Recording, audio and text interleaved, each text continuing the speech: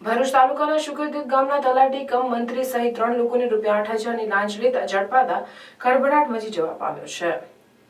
બનાવની વિગતો અનુસાર આ મામલામાં ફરિયાદીએ શુક્રતીર્થ ગ્રામ પંચાયતમાંથી વારસાઈની કામગીરી કરાવવાની હતી। આ કામગીરી બાબતે ફરિયાદીએ ગ્રામ પંચાયતના તલાટી કમ મંત્રી ઉમેશ પટેલે તમામ કાગળો પણ આપી દીધા હતા।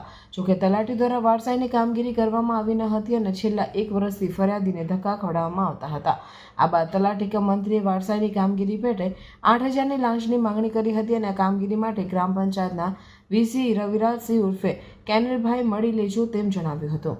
આ અંગે ફરિયાદીએ લાંચ રૂશ્વત વિરોધી શાખાનો સંપર્ક કરતા ભરૂચ એસીબી દ્વારા છટકું ગોઠવવામાં આવ્યું હતું, જેમાં રવિરાજસિંહને વાતચીત કરતા લાંચની રકમ ચિરાગ ત્રિવેદીને આપવા જણાવેલ, જે તેઓ વતી સ્વીકારતા 8,000ની લાંચ લેતા શુક્રતીર્થ ગ્રામ પંચાયતના તલાટી કમ મંત્રી ઉમેશ પટેલ, વીસી રવિરાજસિંહ ઉર્ફે કેનિલ પરમાર અને ખાનગી વ્યક્તિ ચિરાગ ત્રિવેદીની ધરપકડ કરી તેઓ વિરુદ્ધ લાંચ રૂશ્વત વિરોધી ધારા હેઠળ કાયદેસરની કાર્યવાહી હાથ ધરી છે, જેના પગલે લાંચિયા અધિકારીઓમાં ફફડાટ ફેલાઈ જવા પામ્યો છે।